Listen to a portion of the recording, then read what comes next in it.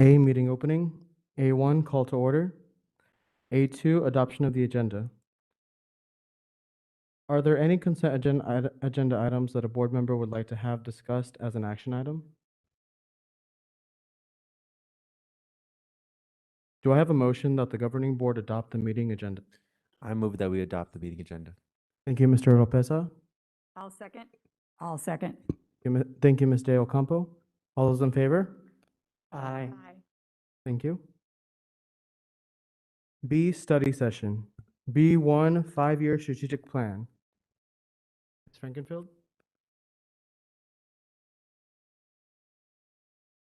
President Lupe, governing board members, and Dr. Maya.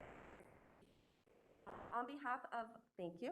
On behalf of our 5-year strategic planning steering committee, it is my honor and privilege to share with you our year 1 implementation of our 5-year strategic plan. To take you back, Mandy Billiou, our associate superintendent, has shared with you our 5-year strategic plan that was outlined and developed by our comprehensive stakeholder group, including district, site leadership, our teachers, our parents, and even some of you. It is with my honor to share with you our first year for 2022-2023 plan. In thinking about all of the needs our schools and district face, we know that there is quite a bit of needs that are impacting our work. In reality, we know that implementing too many initiatives at once can be competing for time and also impact our progress negatively. It is our 5-year strategic plan that is pivotal in aligning these arrows, and with the alignment of this process, we will see and maximize our systems, our resources, our capacity, impact student learning, and ultimately enrich the life of the whole child. So in thinking about the enormity of that 5-year plan that was shared with you, we want to take a moment to address the fact that when it comes to impact, it is finding clarity in that process. And with that, the steering committee has looked at all of that plan that was provided from our subcommittees, committee at large, and we've identified 4 high-yield strategies within that plan that will impact all of our actions and our strategies that move us forward in the direction of our goals for this year.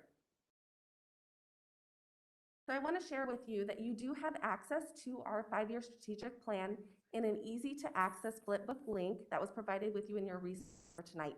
However, you do not need to reference that for this session, but you do have it available if you'd like to reference it. We do also want to share that that resource will be provided via our website to all of our stakeholders pending your approval for tonight. Today, we'll spend our time in Chapter 2 looking at our site and district plans that guide our work. Our states identify these plans as our SIAPs, or our School Integrated Action Plans, and our LIAP, our Local Education Agency Integrated Action Plan, or known as our district plan. In a school district, an integrated action plan is what drives the work of our school. It is the outcomes that help us to stay focused and aligned in our work. And so we're going to take a moment, and I want to just unwrap and unfold the rest of this year's plan with you and give you a moment to take a look and see that alignment. Through this process, we're going to take a moment to have you guys take a look through this process. If you'll notice on the slide, you'll see the work of our subcommittees embedded in the year 1 plan. What you'll also notice is the addition of some SMART goals with some additional action steps that were developed through our steering committee with additional support and guidance from our site and district collaborative stakeholders. So we're going to take a moment, there is a notes paper on that was provided for you. And if you'll take a moment to read through this teaching and learning action plan, note anything that you find that's noteworthy or that you would like to highlight, and then we're going to come back together and do a quick share out. So what I'll have you do is take about 1 to 2 minutes, take a moment to note, back and share.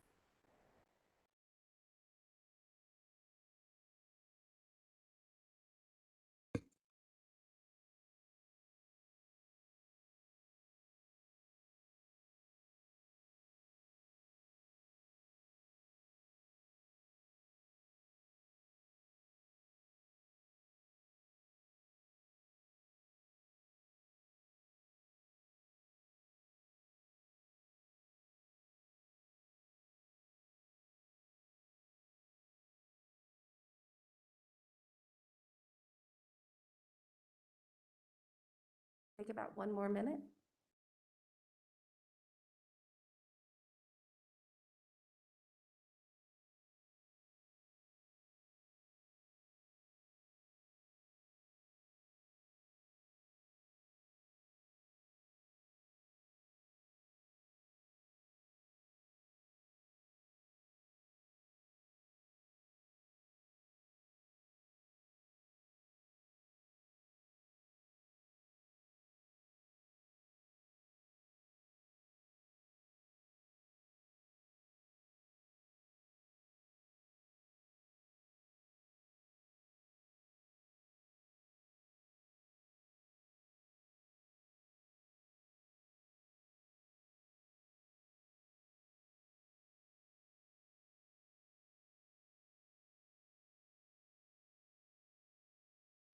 pull you guys back together. I do want to share that I will collect these notes at the end, so your feedback will be taken. But I do want to open for a moment if you have anything you'd like to highlight or something you found noteworthy.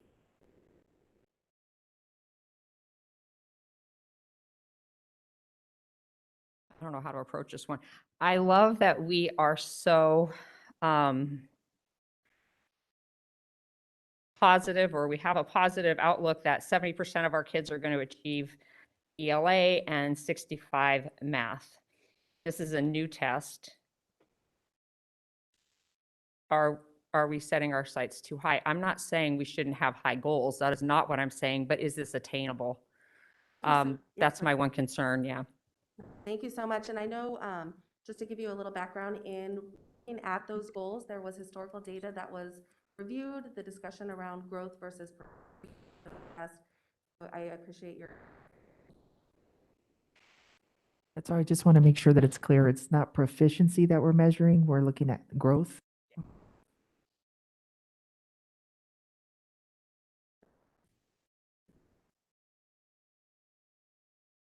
One thing that I would love to highlight for you is if you look at our action step 1, it is exciting to see that all staff will engage in that PLC process.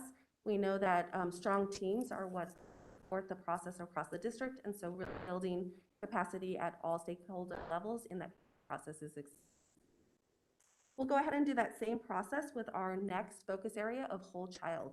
So again, I'll give you 2 minutes, take a moment, capture anything that's noteworthy or something you'd like to highlight.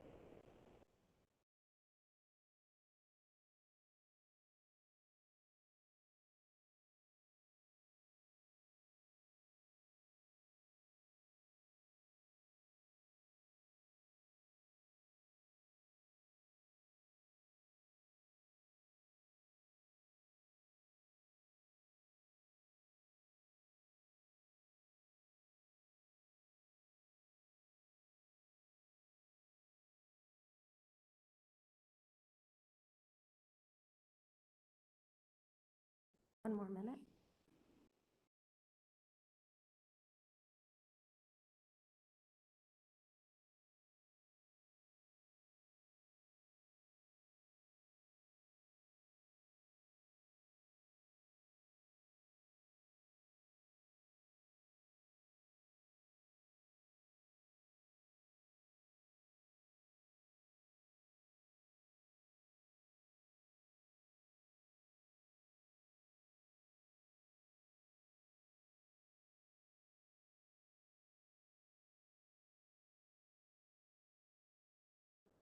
Together.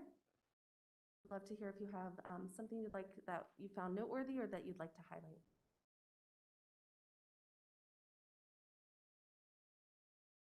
Yeah, just a question on the way it's measured. Student surveys, student attendance, student behavior, gaggle alerts, and et cetera. I'm curious to what falls under et cetera, you know, with the whole child. Thank you. That's a lot to measure, and thinking about things like trips to the nurses, making sure that they're coming in for breakfast or all that stuff. Like, I'm just curious to see. Thing to try to measure. I think it's great. Just trying to see how comprehensive.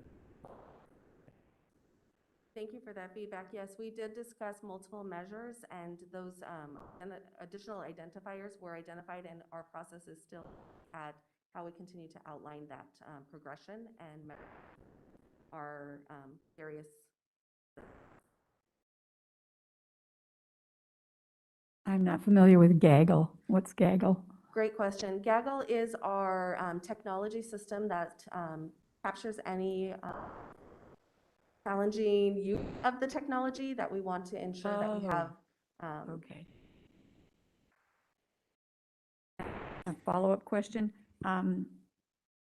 What kind of training is, I see you're going to really focus on the MTSS strategy framework. What training is being provided for the use of that? Great question. We are starting to look at, we've already been in the process of training our staff on, and our site leadership around the social emotional competencies, and we're also looking at the MTSS framework and reference to some of the work through our additional resources we have out there. So we're actually in the process building on the capacity that we've built through the competencies.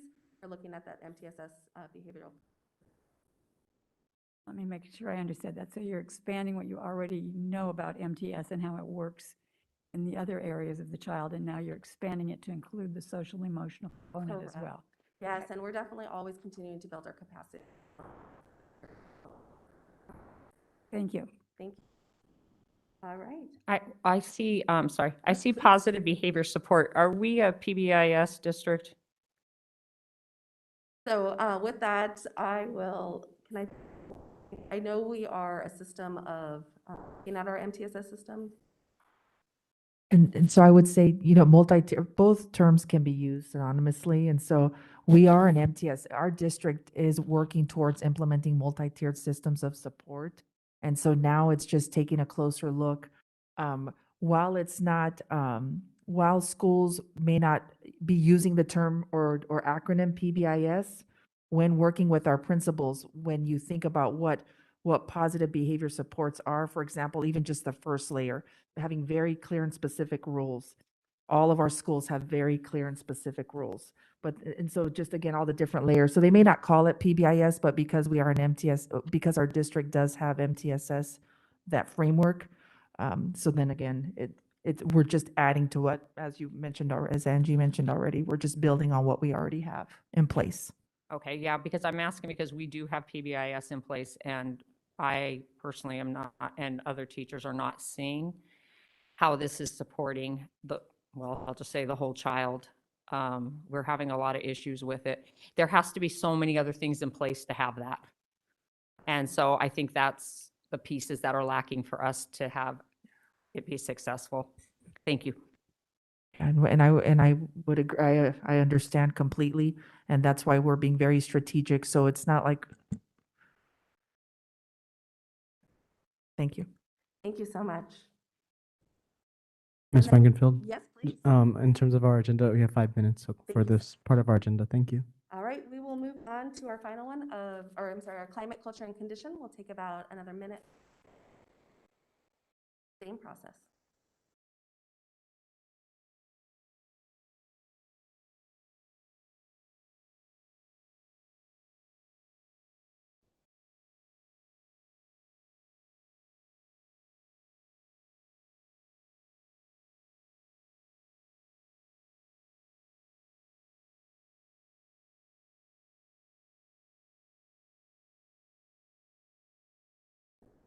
Back together. Anything you found noteworthy or you'd like to highlight? What's LIAP? Oh, great question. Thank you. The LIAP stands for our Local Education Agency Integrated Action Plan. It's basically the Oh, acronym for okay. our district plan. I'm used to having an answer for, okay, Yeah. thank you. One thing that I'd like to highlight is just the holistic approach to that safety. So really looking at the both emotional and physical aspects for safety. And then finally, we'll look at that family and community engagement.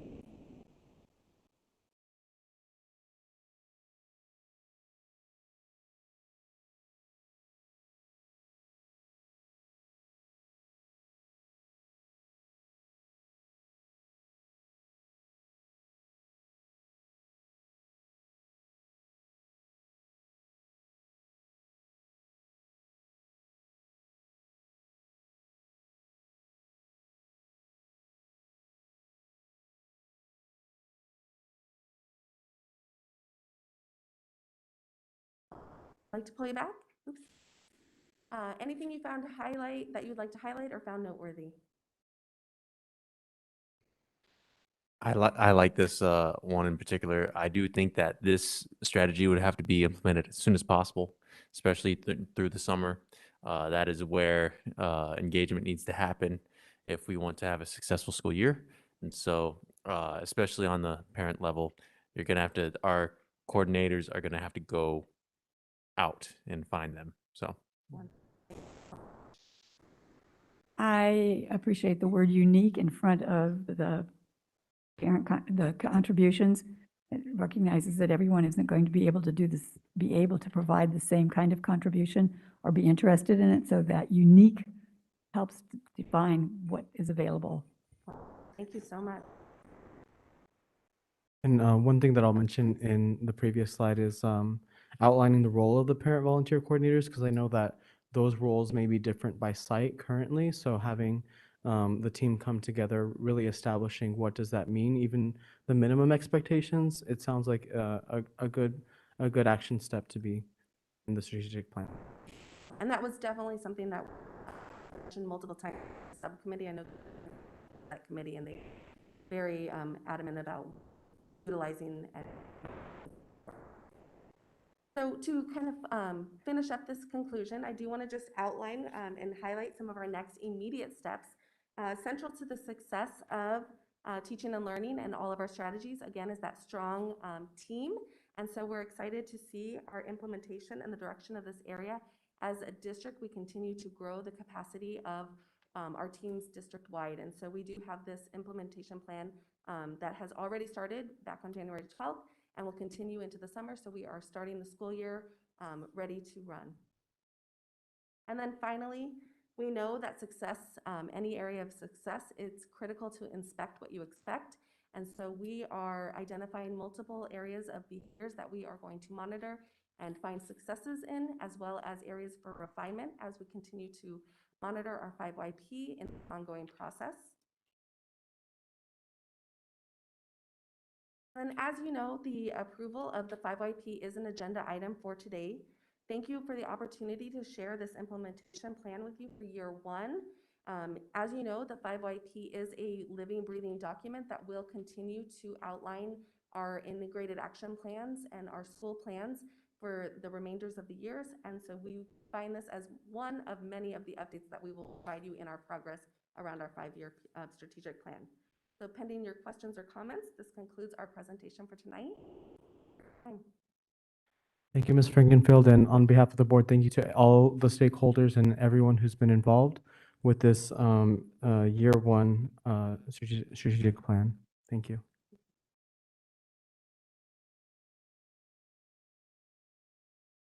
All right, B2, budget development process, Mr. Huseman.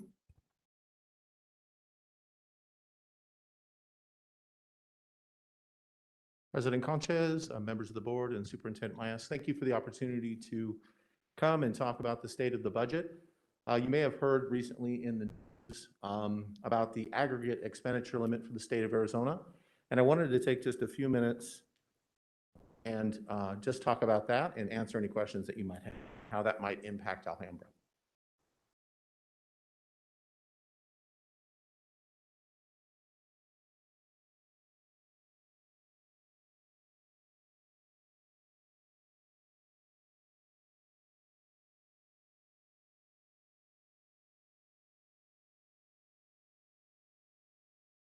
Hey, thank you, tech team. Appreciate the help. So the school district aggregate expenditure limit for the state of Arizona is a constitutional limit on combined school district expenditures each fiscal year, and it's of local revenue. So this limit is determined by a base level that was established in 1979 and 80. We won't talk about how old we all were because I've learned my lesson on doing that before. And it has annual adjustments for cost of living, student population, and a 10% increase each year. So for the 21-22 statewide constitutional limit, it's just over $6 billion for the state of Arizona for all public school districts. So as I mentioned, the state of Arizona is over the expenditure limit, the aggregate expenditure limit. And Alhambra's share of that expenditure limit is 16% of the statewide share, or just over $12 million. One of the reasons that we are currently in this state, not the state of Arizona, but the state of being over the aggregate expenditure limit, is because when Proposition 301 was instituted by the voters in the year 2000, it was not subject, those monies, the classroom site fund monies, by the 6-cent sales tax that was established, was not subject to the aggregate expenditure limit. When the legislature chose to reauthorize and extend Proposition 301, the Classroom Site Fund, in the year 2020, they made that then subject to the aggregate expenditure limit.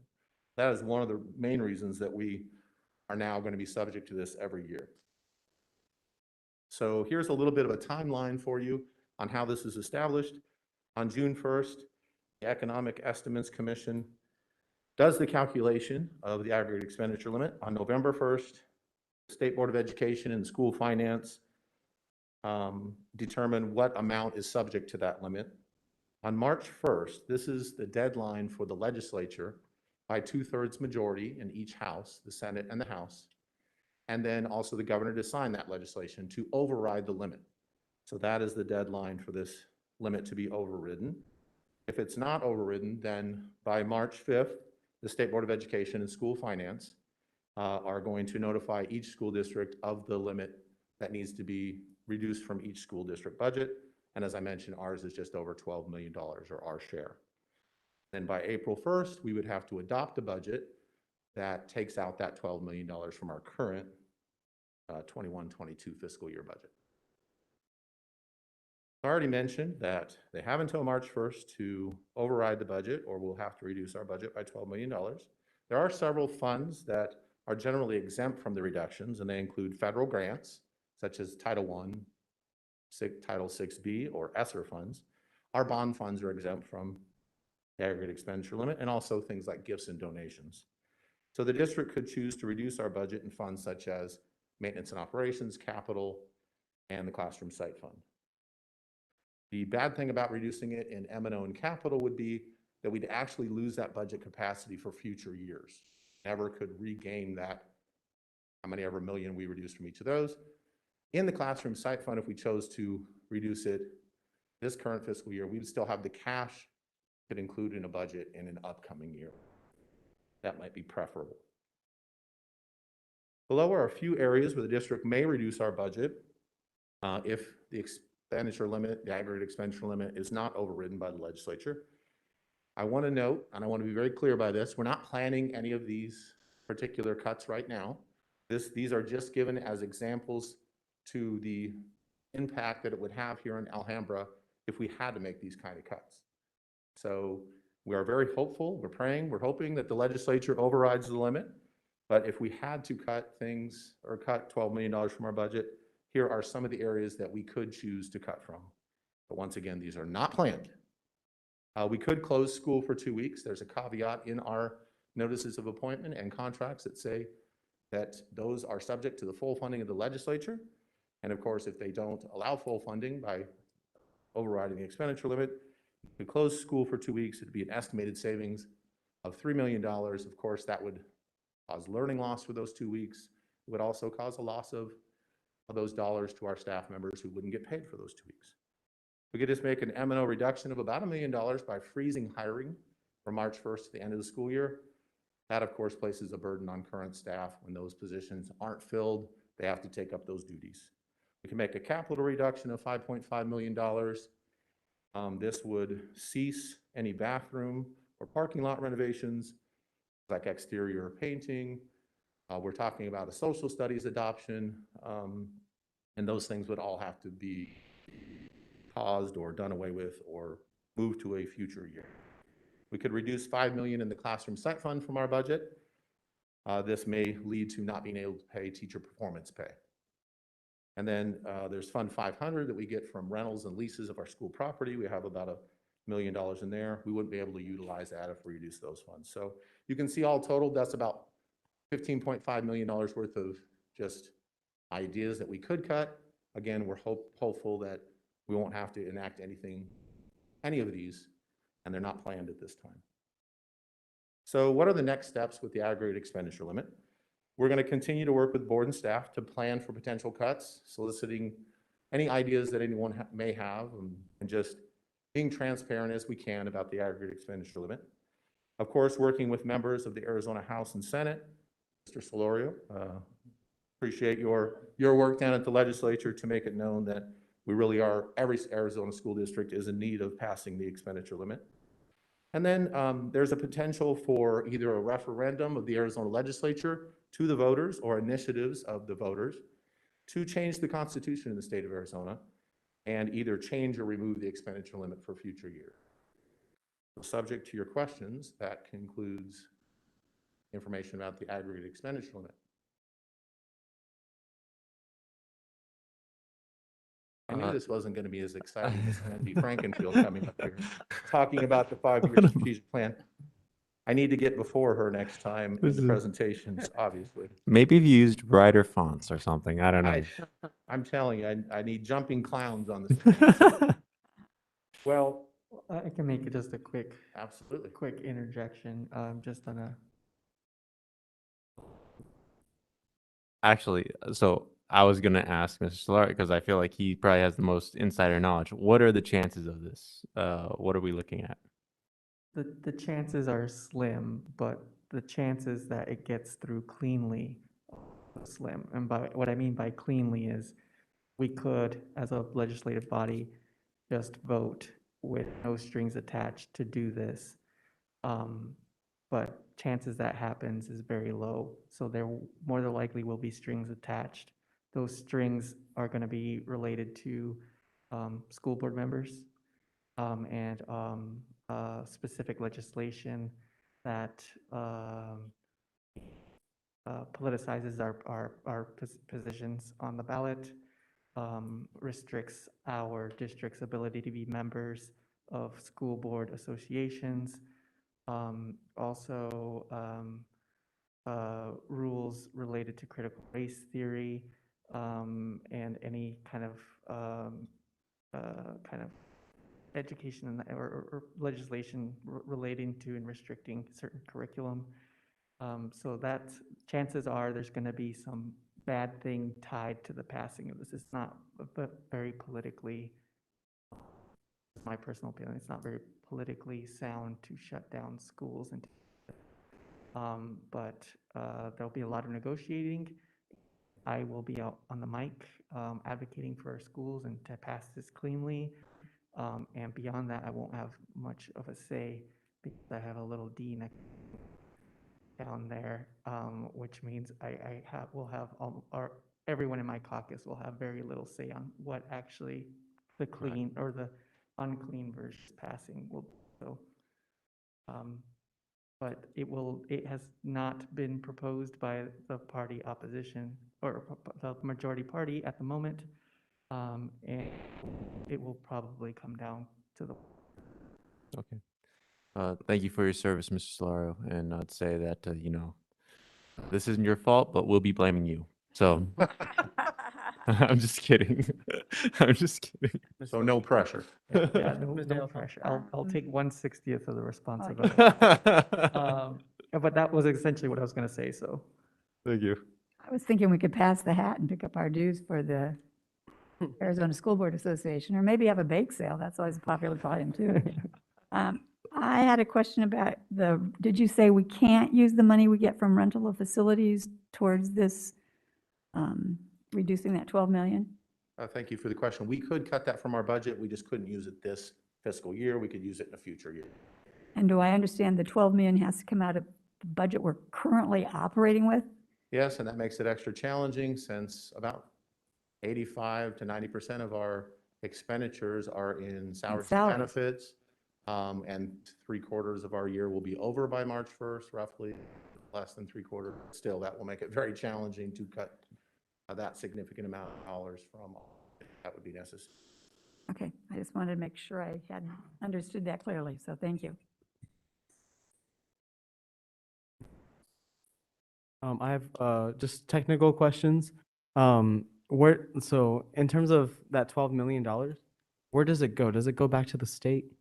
Or where does that money actually go? That would be my understanding if we cut that from capital and M&O, that they would reduce the amount of utilization assistance that we get that is from the state general fund. I haven't dug into that technical of an issue because I'm more worried about just cutting the money versus where that might go that we couldn't use in the future. I did mention the classroom site fund. I talked to an expert in school finance this week, and he did say that we could use that in a future year. So just cutting it from our budget would mean we couldn't use it this year, but we could use it in fiscal year 20. And then just another technical question is, why is this affecting school districts all across the state this year and not in previous years? So it has been, they've used that limit every year. Mhm. One of the main reasons is because the classroom site fund was just reauthorized in 2020 to Mhm. be part of the aggregate expenditure limit. It's not part of it Okay. in the past, and that's a very significant amount. I don't know how the exact dollar amount, but it's close to $1 billion, I think, that collecting every year on a 6-cent sales tax. When you add that to the total expenditures, it quickly gets us over that limit, or we were, several million below or 40 million below. We've been close to it for a while, but the classroom site fund being included in it pushed us over. I have one more question. sorry, go I'm sorry. Just real quick, your potential impacts. You mentioned capital reduction that gets removed in future years as well if we reduce capital. Anything else on this list that would affect future years? Maintenance and operations. Maintenance and operation, that's also future. Thank you. Those would be reduced from the budget this year, and we could not use Right. that money in future years. That's not to say we wouldn't collect capital for a budget in future years, but we couldn't use that portion of that any Right. longer. Okay. Correct me if I'm wrong, but not every district is in this position. Every district has a share of the expenditure limit that we're over the. I haven't looked at all their reports, so I don't know if we have a greater share or a lesser share. I got a list of it and they did not have every district in the state in it. That's why it wasn't even all the ones in Maricopa. Okay. So I was under the impression that all the districts did not go over the expenditures. Well, it's probably ones with less of, they have very small student counts or smaller student counts than us. It really doesn't have anything to do with, we have a classroom site fund that's larger than, most school districts. We have maintenance and operations and capital budgets because our size of 10,000 students, we're a medium, a large size district in the state. We're going to have more of a share than smaller districts. I haven't looked at the reports. I can't really effectively answer, your question there. I believe you said that some aren't part of it. I think it's more of a factor though because of our size that we are. Peoria, Scottsdale, some of those bigger ones, Mesa, they're all going to be part of this expenditure limit. Yeah, well, the unified districts owe, the big unified Even districts more, obviously yes. owe quite a bit Yes. because of their size. Yeah, I talked to like the Tolleson Union. They're not huge. They're about our size. They're school districts our size and bigger have a portion of it. Some of the smaller ones, did Excel have any portion of it? Okay. So they're only about a third of our size, I think, right? 4,000 or 5,000 students? Okay. 40% of our size. So if we don't want to be smaller, but that's one advantage maybe that.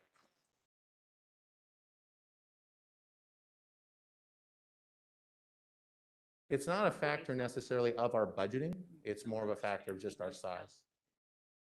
Okay. All right. Any other questions? All right, then I'll move on to a budget outlook. Since I had the mic, I wanted to go ahead and Dr. Myers asked me to give a budget outlook of how we're doing with this year's budget and then how we might be looking into next year's budget. So just as a reminder, you all know this, but the district receives funding based on the number of students that we have enrolled. It has nothing to do with attendance of our students, but rather enrollment of our students during the first 100 days of school. 100th day of school was yesterday. So the average number of students we had on days 1 through 100 are taken. That is how we get our base level funding. We also have Group B funding for our special education weights, gifted weights, etc. Alhambra has lost 27% of our students over the last 10 years. And there's a chart on the right-hand side that has several of those years in it. See, in the 11-12 school year, we had over 14,000 students. We currently have about 10,200 students right now. ESSER funding has assisted the district in sustaining a balanced budget, so that has been good and needed during this time of enrollment declines. We lost 10% of our students last year. It ended up being about 8 to 9%. I don't have it off the top of my head. But budget challenges continue to exist in the district, mainly related to our declining enrollment. So as I mentioned, that bullet point one, number one, that's our biggest challenge is the 27% decline. I think I did some quick math on that, and that's like $30 million extra we would have had added to our budget if we had those 4,000 students back. Another budget challenge is that during these 10 years, the average size of our schools has decreased. The average size 10 years ago was over 900 students. The average size now is 600, just over 600 students. And lower average school sizes minimize economies of scale. You still have a principal and assistants and secretaries and data clerks and custodial staff and child nutrition staff at a school. And when you have less student revenue coming in for that school, on average, you have less student revenue to absorb the number of support and administrative staff that you have, special area staff and teachers, et cetera. So bigger schools make it easier for the district to maintain a balanced budget. Number three, schools with very small student populations in our district, they do put additional pressure on the district budget. We're struggling to have enough student revenue at those schools generated to meet the demands that those schools have in budget demands. And then, of course, recruiting and retaining qualified staff continues to be a challenge, often causing the district to pay more for contracted staff. It places additional burdens on our current staff. So just a high-level 22-23 budget outlook, give you some ideas of some things that we're thinking about. We are hopeful that we will get a base level inflationary increase. You might have heard in the news this week, I think it was, that inflation is at 7% nationwide. 2% is the maximum increase. I mean, they could vote to give us more, but they're by law supposed to give us a 2% increase on the base level. So we're hoping to get that or more. So that would be a $1.4 million adjustment to our budget upward next year. We did meet with our medical provider, our medical insurance provider, Valley Schools, last week, and we got great news for the first time in 3 or 4 years. We had a 0% increase. So we've had a good year of experience, healthy staff, and so we won't have an increase in medical coverage. We did also get good news that ASRS contribution will decrease for the first time in a decade. I can't remember the last time it was down. It's going to be a 0.2 decrease. That will save the district about $100,000. We are anticipating a 3% enrollment decline next year. That's what we're projecting. And so funding losses due to the 3% is $1.6 million estimated. Staffing adjustments, and just as a note, all of these staffing adjustments are going to be handled through attrition of retirements and people that are resigning, staff that are resigning, but we are anticipating saving $1.65 million in staffing adjustments. We will have a decrease in classroom site fund money. They always estimate how much classroom site fund money and budgets that we'll get, and over the last probably 5 years, they had a surplus of classroom site fund money come in state coffers. We've used that surplus this year that we got an infusion into our budget to offset our M&O budget. And so we will have a decrease in classroom site fund of $1.75 million. We're currently meeting, Ms. Perry and I, with the salary schedule committee, and we're talking about adjustments to the salary schedule, what those might be for next year. So that's to be determined. So we'll have news on that here in the future and recommendations for the board to consider. And then, of course, we have our ESSER funds that we can continue to leverage to offset things that are continue to happen with the pandemic, and they could be used to put of course, our budget in the best possible position. So those are to be determined also. So what are our next steps here with the budget? We'll continue to just receive that feedback from boards, stakeholder groups, especially on those difficult budget decisions. School sizes will be monitored. We're really putting an emphasis, especially in our communications and marketing team, on recruiting and retaining students in our district, because we know that directly affects how much revenue and student revenue that we're bringing. And then, as I mentioned, HR and business teams are meeting with the salary schedule committee. We'll have recommendations for the board to consider for salary schedule in the near. Subject to your questions, this concludes budget outlook. I don't have a question, just something point, and I'm sure our leadership will do the right thing when it comes to the salaries and the increases. take a hard look at directors first. I know that's not popular, but directors first. They take, they take the hit, and then it goes down, right? That's only fair for leaders if we are leaders, right? And so I speak this because I've been in that situation as well. So, but I'm sure they'll do the right thing in that case, should cuts need be made.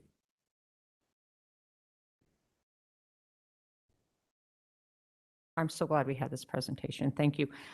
This is something you hit upon a lot of my concerns that I was going to talk about during comments, but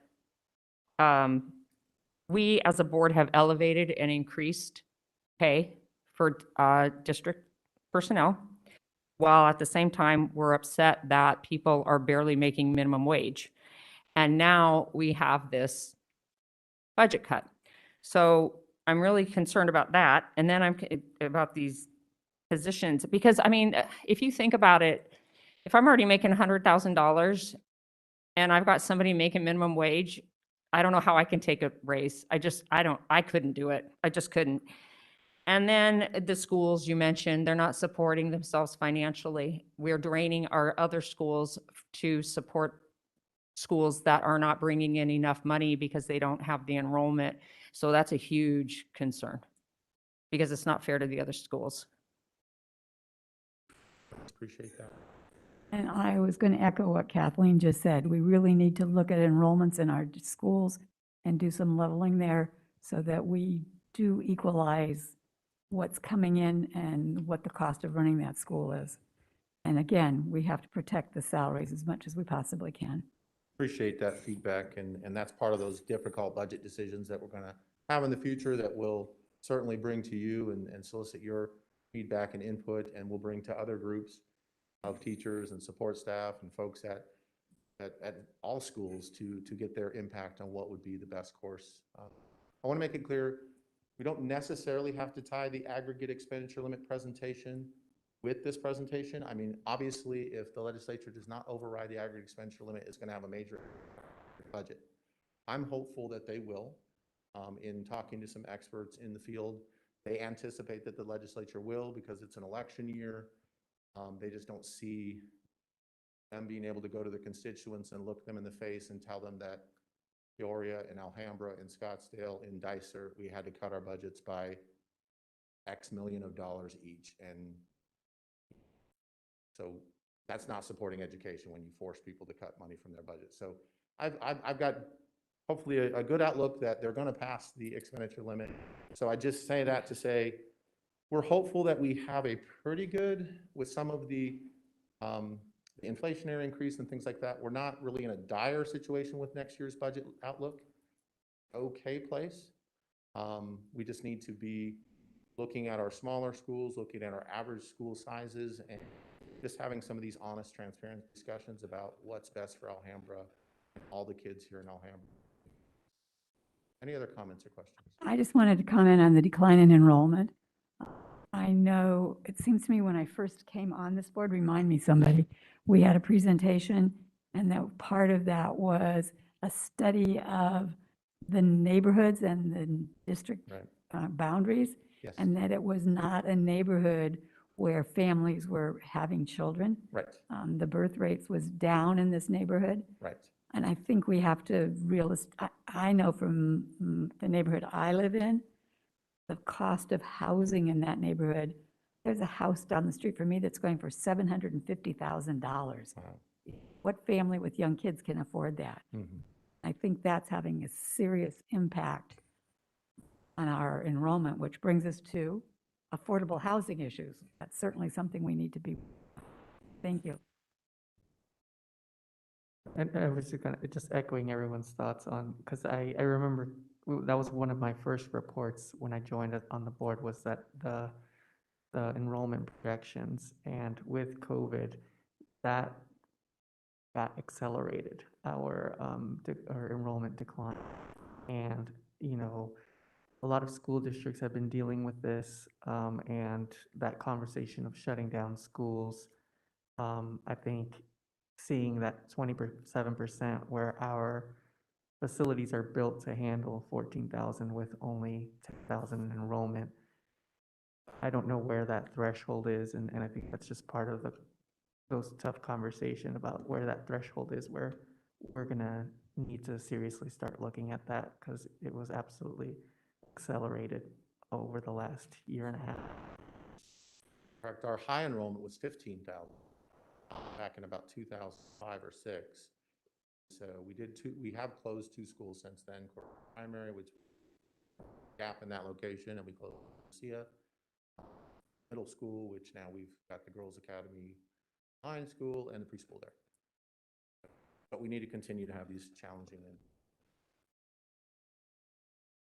Just thank you, Mr. Huseman, for the time and effort. Thank you to the leadership as well. I know we have leaders in this district that love this district. They've been here for a long time.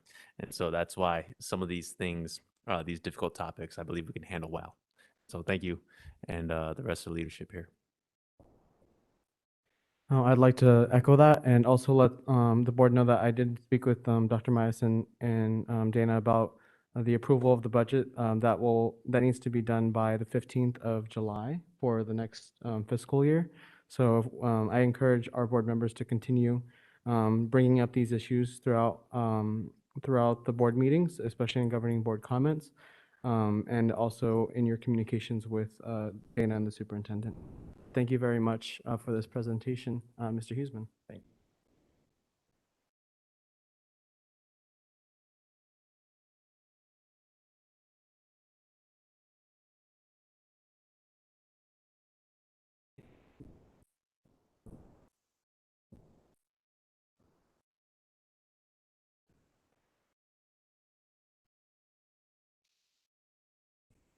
All right, moving on to C1, Pledge of Allegiance.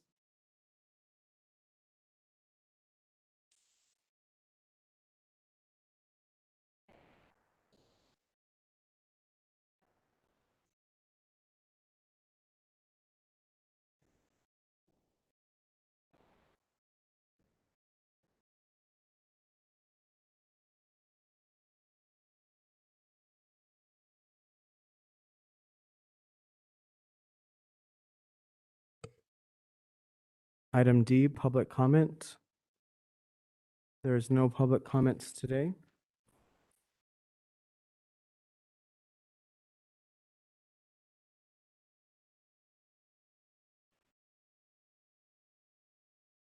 Item E, approval of the consent agenda items.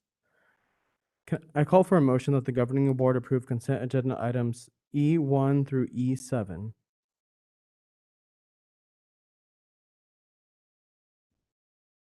I move that we approve the consent agenda items E2, E3, E4, E5, E6, 7. Thank you. Is there a second? Second. Thank you, Mr. Oropesa. All those in favor? Aye. Aye. Thank you.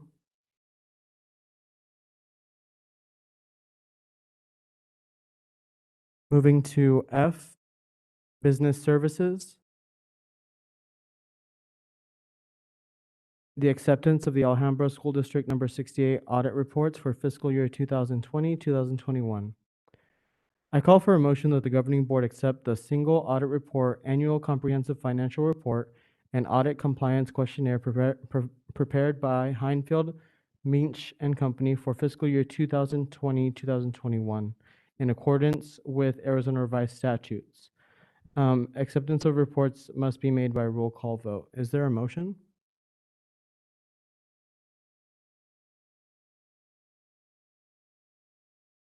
I move that we accept the single audit report.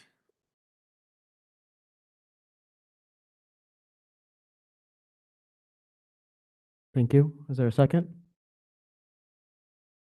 A second. Thank you, Mr. Opeza. Roll call.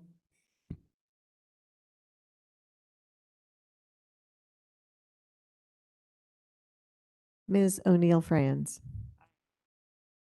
Ms. Deocampo. Aye. Mr. Solorio. Aye. Mr. Oropesa. Aye. Mr. Conchas. Aye. Motion passes. Thank you. Moving to G, new business. the approval of the 5-year strategic plan. I call for a motion that the governing board approve the district's 5-year strategic plan. I move that we accept and approve the 5-year strategic plan. Thank you, Ms. De Ocampo. Is there a second? I'll second. Thank you, Mr. Solorio. Any discussion?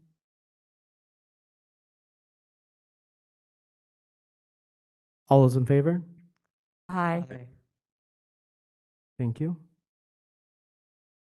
Moving to H, information items. H1, GAP primary years program verification. There's the information there for you. The Global Academy of Phoenix is scheduled for the verification visit for the primary years program, PYP. The International Baccalaureate Verification Team will visit virtually to collect evidence that GAP is implementing IB standards and practices by remotely observing teachers and teaching and learning, touring the facilities, and reviewing provided documentation. The IB team will also interview school community members. GAP would be grateful to have representation from the AESD governing board during the district leadership interview portion of the IB visit. Principal Landy and Ms. Hodges are available to answer any questions. And I believe that Dana sent out the date and the time for that visit. So if you're able to attend, please let Dana know. How is this virtual visit gonna be implemented? Ms. Hodges? Someone walking around with an iPad or like? Yeah, how is this virtual visit going to be implemented as a?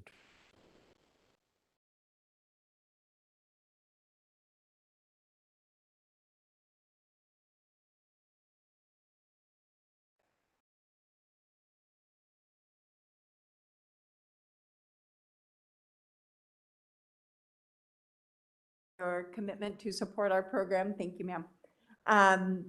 And they'll ask how we are keeping you informed of the implementation of our IB programs, and your commitment to supporting them. Okay. Thank you. And while you're here, thank you for providing the supporting document to help us understand what kind of questions will be asked and what are some of the things that we can give evidence for. Any other questions? Thank you. Thank you. May I just add that we really appreciate all of the support that you have all given us. We appreciate the time that you're going to take to be involved in the actual interview. And we'd also like to thank our team. Our staff is so dedicated. They have worked so hard. And we know that that is going to shine through, and this authorization will be a cinch. So thank you all, and thank you, Dana, for all of your coordination efforts. We appreciate it. Thank you.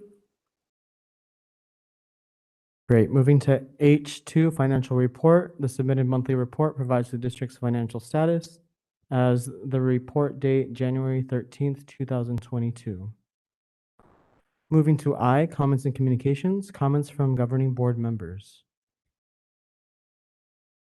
I would like to take this opportunity I have two things. One is thank you for the blooming plants, whoever brought us these wonderful plants. I think it's an indication that we are going to bloom and grow this year, I am assuming. I understand it's in recognition of the fact that this is National School Board Recognition Month. So thank you for whoever brought us that wonderful present. I also wanted to take an opportunity, and I kind of blew this. I came in with the plant to give to Kathleen, and I already put it at her spot because we moved seats. So I kind of blew that a little bit. But I wanted to take this opportunity to thank Kathleen O'Neill France for the wonderful job she's done 2 years as leading us as president. And then I believe it was 4 years before that as a clerk. So she, pardon? How many? That was all you were a clerk? Oh. Shows you how well I keep track of time, right? I guess I better do a better job of that. Anyway, thank you mostly for your 2 years as president, because during that time was the stress of the complexity of coming up with the process for coming up with finding a new superintendent. And Kathleen did an outstanding job of working with the committee and the team that we hired. so that we have this wonderful person sitting next to me as a superintendent. She also led us through some difficult discussions about diversity and equity and inclusion in our district. Those were not easy topics to handle, and I think I admire her commitment to doing that and the way she did it with such grace and with such precision that everything got coordinated and everything happened so well. Thank you, Kathleen, for your years of service in doing.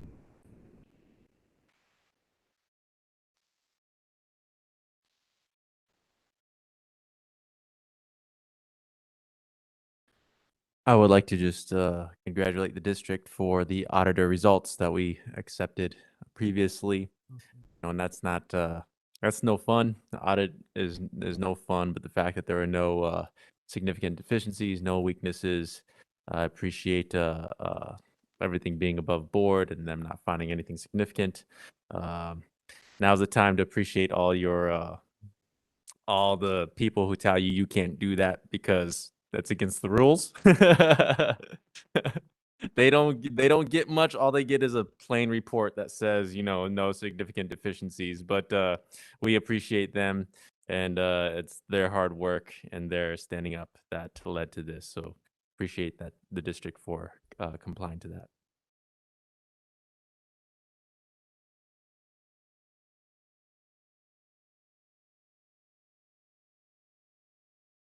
I want to acknowledge those in our Alhambra community who have passed away this month, and it really hurts my heart every time that we get a We Care notification.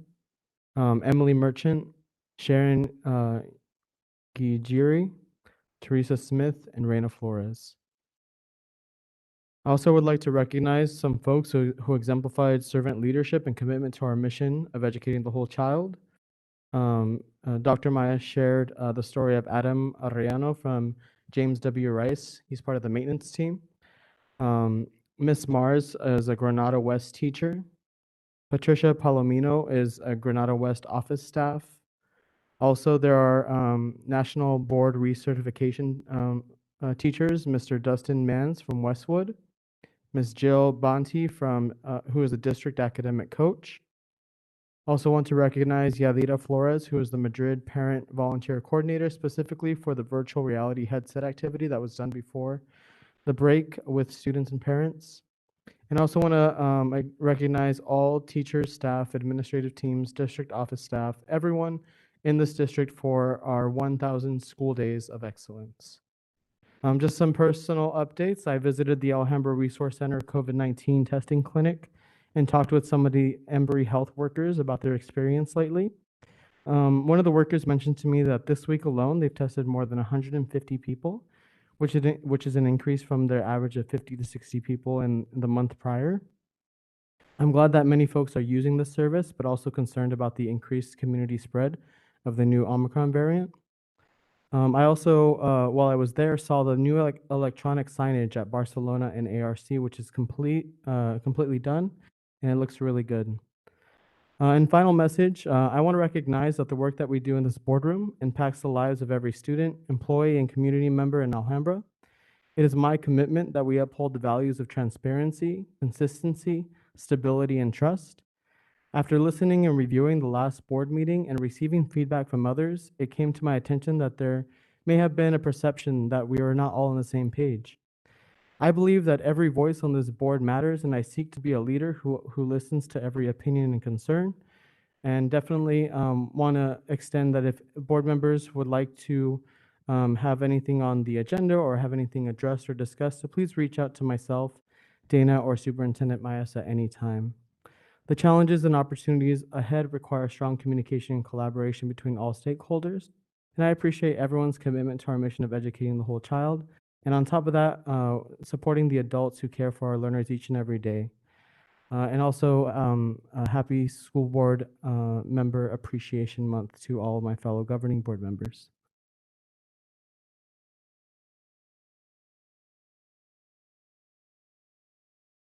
Moving to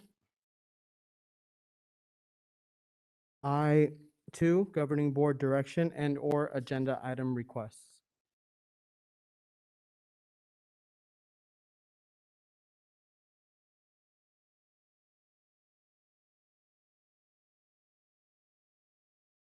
I3, comments from the superintendent and executive team. Good evening, everyone. I'll go ahead and let Mandy share her updates first. Thank you, Mandy. Thank you. President Coaches, members of the board, and Mayas. In a recent board member bulletin, our health services team really wanted to make sure that we gave a shout out communicating their appreciation for the leadership in our district and also our board for supporting the very stringent mitigation strategies that we have in place. They feel leadership has helped them remain nimble and able to respond. So I wanted to add to that shout out because we are so grateful for the humans that support these efforts. Our various COVID teams, our response teams, our monitoring teams, our surveillance teams, who continue to consistently and rigorously support our district with high-level mitigation strategies. We could not do it without them. Our staff who are taking care to keep fidelity with all these expectations, even as things adjust and change and shift. School, the job of school is tough during normal times. And during times of cohorting and seating charting and masking and all that other stuff, I can only imagine, and we are so grateful for that.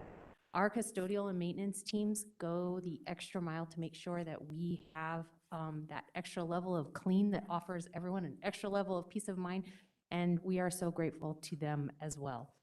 So my second shout out goes out to the teams at our sites, our child nutrition team and our federal projects team, who collaboratively worked together to make sure that we captured every student meal application possible.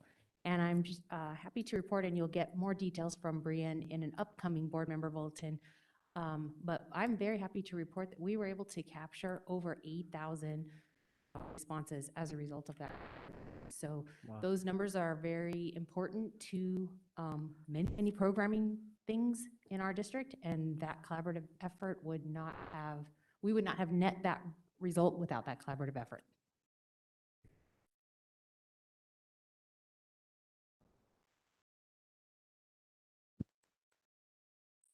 Thank you, Mandy. For our governing board members, in front of you, as Garthan mentioned, you'll find a plant that I hope that you'll accept as a token of our appreciation as a school district and all the community here that you serve.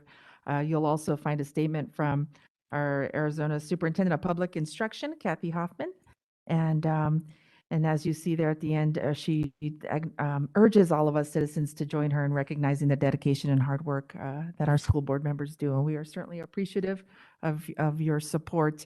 And so again, so we thank you. And as far as the flower, it is a symbol of how you support us and help us as a district bloom. So thank you again for all you do.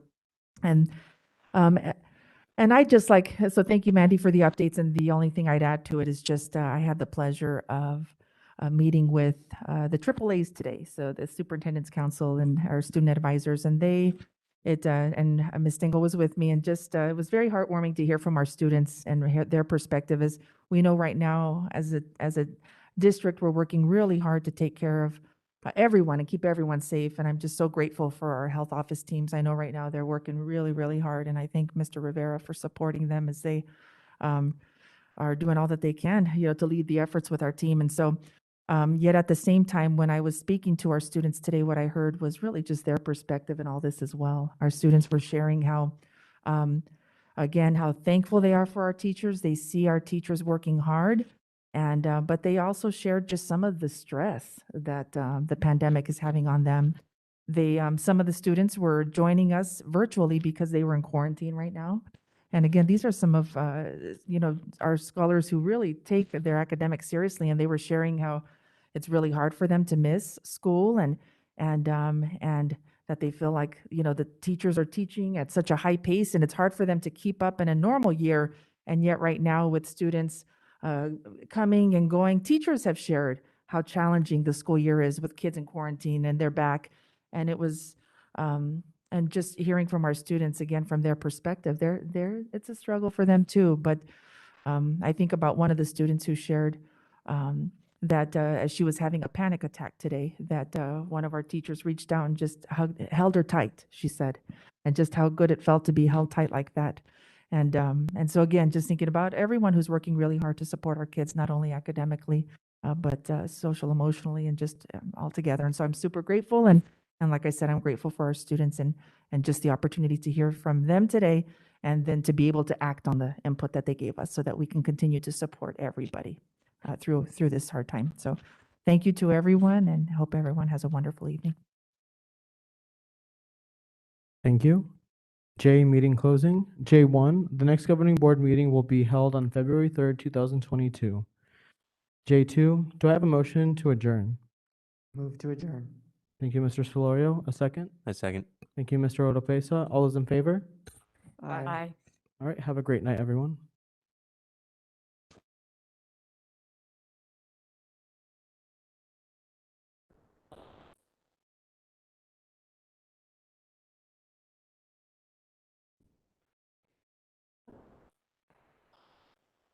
Don't worry.